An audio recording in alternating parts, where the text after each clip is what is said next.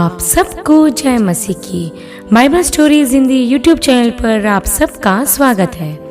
आज मैं आपको कड़वे पानी और मन्ना और बटेरों के बारे में बताने वाली हूँ, जिसका वर्णन आपको निर्गमन की पुस्तक के 16 अध्याय में देखने को मिल जाएगा।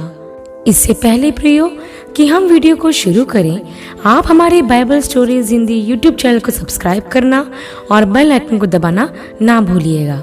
तो आइए प्रियो, हम वीडियो को शुरू करते हैं। यह उस समय की बात है जब इजरायली लाल समुद्र को पार करके शूर नाम के जंगल में आए। तो जंगल में जाते हुए उन्हें 3 दिन बीत गए, लेकिन उन्हें कोई पानी का सोता ना मिला।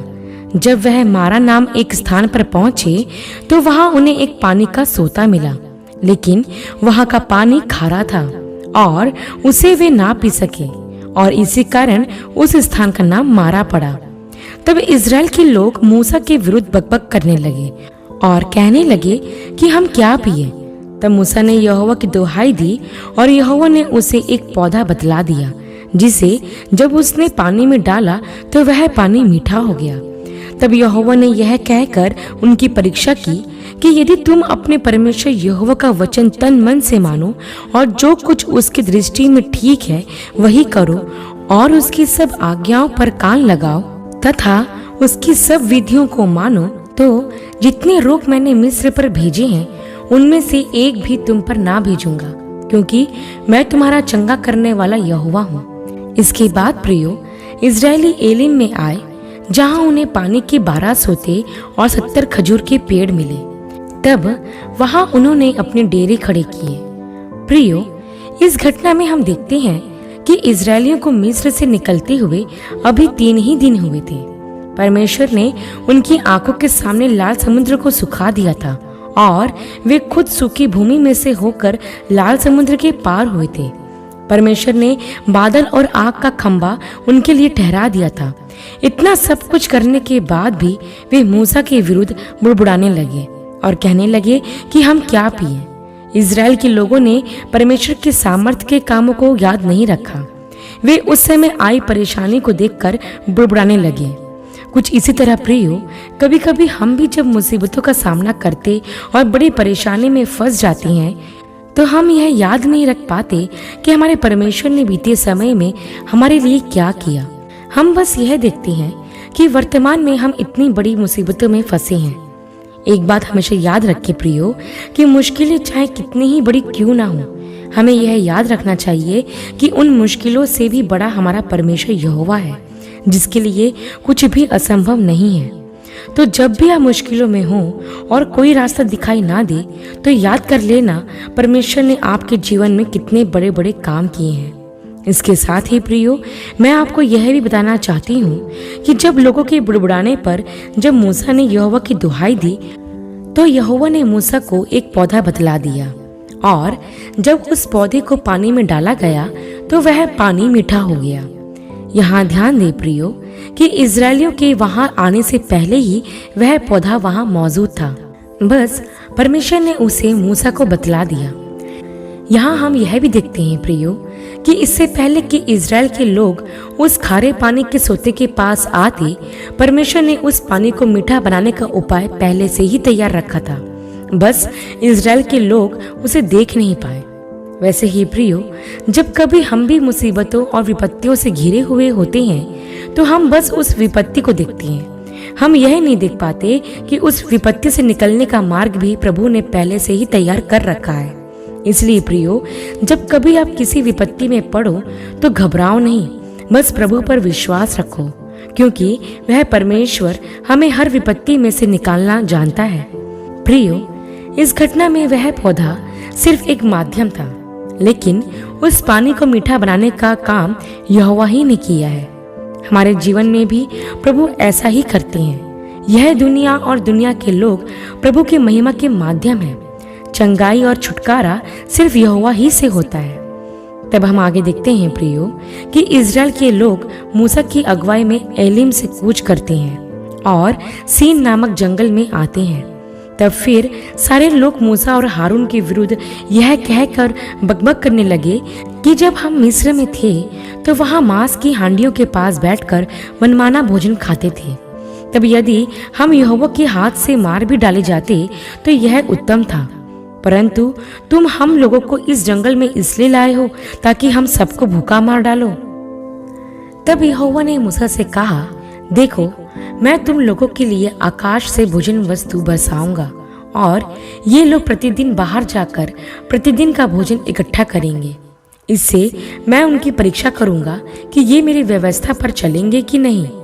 और ऐसा होगा कि छठवें दिन वो माँ के दिनों से 2 गुना बटोर कर रखेंगे।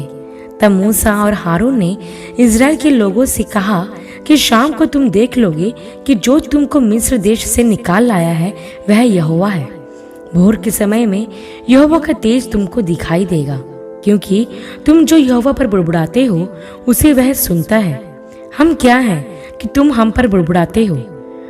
फिर मूसा ने यह भी कहा कि यहोवा शाम को तुम्हें खाने के लिए मांस और सुबह रोटी मनमाने देगा। तब मूसा और हारून ने इज़राइल की सारी मंडली को यहोवा के सामने इकट्ठा किया और उन्होंने देखा कि यहोवा का तेज बादल में दिखाई दिया है। तब यहोवा ने मूसा से कहा कि इज़राइलियों का बुड़बुड़ाना मैंने सुना है। मैं उन्हें शाम के समय मांस से और भोर के समय रोटी से तृप्त करूंगा। तब तुम लोग जान लोगे कि मैं तुम्हारा परमेश्वर यहोवा हूँ।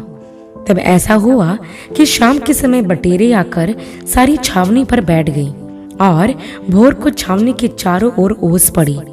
जब ओस सूख गई तो वे क्या देखते हैं कि जंगल की भूमि पर छोटे छोटे छिलके पाले के किनकों के समान पड़े हैं। यह देखकर इज़राइली, जो यह नहीं जानते थे कि यह वस्तु क्या है, आपस में कहने लगे कि यह तो मन्ना है। तब मूसा ने उनसे कहा कि यह वही भोजन वस्तु है जो यहोवा ने तुम्हें खाने के लिए दी है। तब मूसा ने उनसे यह भी कहा कि यहोवा की आज्ञा के अनुसार जितनी जिसकी आवश्यकता है वैसा ही बटोर लिया करें। तब जिन्होंने अधिक बटोरा उनका कुछ अधिक ना रह गया और जिसके पास थोड़ा था उसको कुछ घटी ना हुई। फिर मूसा ने उनसे कहा कि कोई भी इसे सवेरे तक ना रखे, लेकिन उन्होंने मूसा की बात नहीं मानी और जिन जिन लोगों ने वह भोजन वस्तु सवेरे तक के लिए रखा था तो उसमें कीड़े पड़ गए और वह बसाने लगा। तब मूसा उन पर क्रोधित हुआ, क्योंकि यहोवा ने यह कहा था कि 5 दिन तक उन्हें प्रत्येक व्यक्ति के अनुसार प्रतिदिन का भोजन रखना है। अगले दिन तक के लिए कुछ भी नहीं रखना है, लेकिन छठवें दिन उन्हें प्रत्येक व्यक्ति के अनुसार 2 गुना भोजन इकट्ठा करना था, क्योंकि 7वें दिन मन्ना और बटेरे नहीं मिलेंगे, क्योंकि 7वां दिन यहोवा के लिए पवित्र है और उसे यहोवा ने विश्राम दिन कहकर ठहराया है। इसलिए छठवें दिन तक तो वे भोजन बटोरते रहे, लेकिन 7वें दिन कुछ नहीं मिलता है। इसलिए लोगों ने 7वें दिन विश्राम किया। तब हम आगे देखते हैं प्रियो कि इज़राइल के घराने ने उस वस्तु का नाम मन्ना रखा। वह तो धनिया के समान सफेद था और उसका स्वाद शहद के बने पुए के समान था। फिर मूसा ने कहा कि यहोवा ने जो आज्ञा दी है वह यह है कि इसमें से लगभग 1 किलो अपने वंश की पीढ़ी पीढ़ी के लिए रख छोड़ो, जिससे वे जान ले कि यहोवा जब हमको मिस्र देश से निकालकर जंगल में कैसी रोटी खिलाता था। तब उन्होंने एक पात्र लेकर उसमें लगभग 1 किलो मन्ना रख दिया और यहोवा की आज्ञा के अनुसार हारून ने उसे वाचक के संदूक में रख दिया। इज़राइली जब तक परमेश्वर की प्रतिज्ञा किए हुए देश में नहीं पहुंचे तब तक मन्ना खाते रहे, अर्थात वे 40 वर्ष तक मन्ना खाते रहे। प्रियो, कुछ बातें हैं जो मैं आपको बताना चाहती हूँ। सबसे पहले हम यह ध्यान दें कि जब इज़राइल के लोग मिस्र से निकले तो परमेश्वर ने उनके सामने लाल समुद्र को सुखा दिया था। अभी भी एक बड़ा आश्चर्य कर्म परमेश्वर ने इज़राइलियों के बीच में किया, लेकिन उसके तुरंत बाद इज़राइल के लोगों को पीने के लिए कड़वा पानी मिला। यहाँ परमेश्वर इज़राइलियों को और हमें यह सिखाना चाहते हैं कि परमेश्वर के अद्भुत कामों का स्वाद चख लेने के बाद यदि जीवन में कुछ परेशानी आती है तो हम क्या करते हैं। इज़राइल के लोग कड़वे पानी के कारण बकबक करने लगे। उन्हें यह याद नहीं रहा कि जिस परमेश्वर ने लाल समुद्र को 2 भाग कर दिया वही परमेश्वर कड़वे पानी को मीठा भी बना सकता है। प्रियो, हमारे साथ भी यही होता है कि जब परमेश्वर हमें कड़वे अनुभव देता है तो हम परमेश्वर के विरुद्ध बकबक करने लगते हैं या बुड़बुड़ाने लगते हैं। हम यह याद नहीं रखते कि जिस परमेश्वर ने बीते दिनों में हमारे जीवन में अद्भुत आश्चर्य कर्म किए हैं, वही परमेश्वर आज भी हमारे जीवन में सामर्थ्य के काम करने की शक्ति रखता है। कभी कभी परमेश्वर हमें दुख परेशानियों में इसलिए डालते हैं ताकि वह जान सके कि हमारा विश्वास कहाँ है। इसलिए प्रियो, मुश्किलें चाहे कितनी ही बड़ी क्यों ना हो, मुश्किलों को नहीं, जीवते परमेश्वर को देखो, क्योंकि यदि परमेश्वर साथ है तो कड़वा पानी भी मीठा हो जाएगा। एक और बात प्रियो जो मैं आपको बताना चाहती हूँ वह यह है कि जब इजरायलियों ने यह कहा कि मिस्र में हम मनमाना भोजन खाते थे, तो परमेश्वर ने उनकी यह बात सुनकर उनसे कहा था कि मैं तुम्हें प्रतिदिन भोजन खिलाया करूँगा। और परमेश्वर ने उन्हें प्रतिदिन मन्ना और बटेरे प्रदान किया, जो हमें यह सिखाता है कि हमारा परमेश्वर हमारी प्रतिदिन की आवश्यकताओं को पूरा करने की सामर्थ्य रखता है। परमेश्वर ने उन्हें वह भोजन दिया जो उन्होंने कभी नहीं खाया था। वैसे ही परमेश्वर हमें ऐसी आशीषों से भरता है जो पहले हमने कभी नहीं पाई।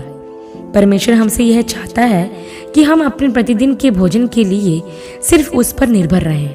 इसलिए प्रभु यीशु मसीह ने यह सिखाया था कि हमें आने वाले कल की चिंता नहीं करना चाहिए कि हम क्या खाएंगे, क्योंकि प्रभु यह चाहते हैं कि हम किसी भी बात की चिंता ना करें, बस संपूर्ण मन से यहोवा पर भरोसा रखें जो उत्तम पदार्थों से हमें तृप्त करता है। प्रियो, परमेश्वर ने इजरायलियों को यह भी कहा था कि उन्हें छठवें दिन 2 गुना भोजन बटोरना है, क्योंकि विश्राम दिन के दिन उन्हें भोजन नहीं मिलने वाला था। लेकिन फिर भी कई लोग विश्राम दिन में भोजन बटोरने गए, क्योंकि उन्हें विश्वास ही नहीं था कि परमेश्वर ने जो कहा है वैसे ही होगा। वैसे ही कभी कभी हम भी परमेश्वर की आज्ञा ना मानकर अपनी मर्जी से चलते हैं। प्रियो, हमें ऐसा नहीं करना है। परमेश्वर जो कहते हैं वो होता ही है। इसलिए हमें अपनी मर्जी नहीं बल्कि परमेश्वर की मर्जी को पूरा करना चाहिए। अंत में मैं आपको बस इतना कहना चाहती हूँ कि हम परमेश्वर के विरुद्ध कभी भी बकबक ना करें। जिस तरह से परमेश्वर ने इजरायलियों से कहा था कि मैं तुम्हें एक ऐसा देश दूंगा जिसमें दूध और मधु की धाराएं बहती हैं, लेकिन वे लोग जंगल में छोटी छोटी चीजों के लिए कुड़कुड़ाने लगते हैं।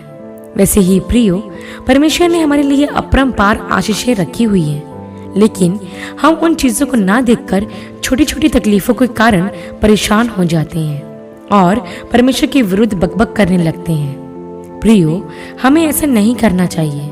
हमारा परमेश्वर हमें सब चीजें बहुतायत से देने वाला परमेश्वर है, इसलिए उस पर भरोसा रखें। वह समय समय पर आपकी हर जरूरतों को पूरा करेगा। आशा करती हूँ प्रियो कि कड़वे पानी और मन्ना व बटेरों की यह घटना आपके लिए आशीषमय रही होगी। अगले वीडियो में एक नए विषय के साथ आप सबसे फिर मुलाकात होगी। तब तक के लिए आप सबको जय मसीह की।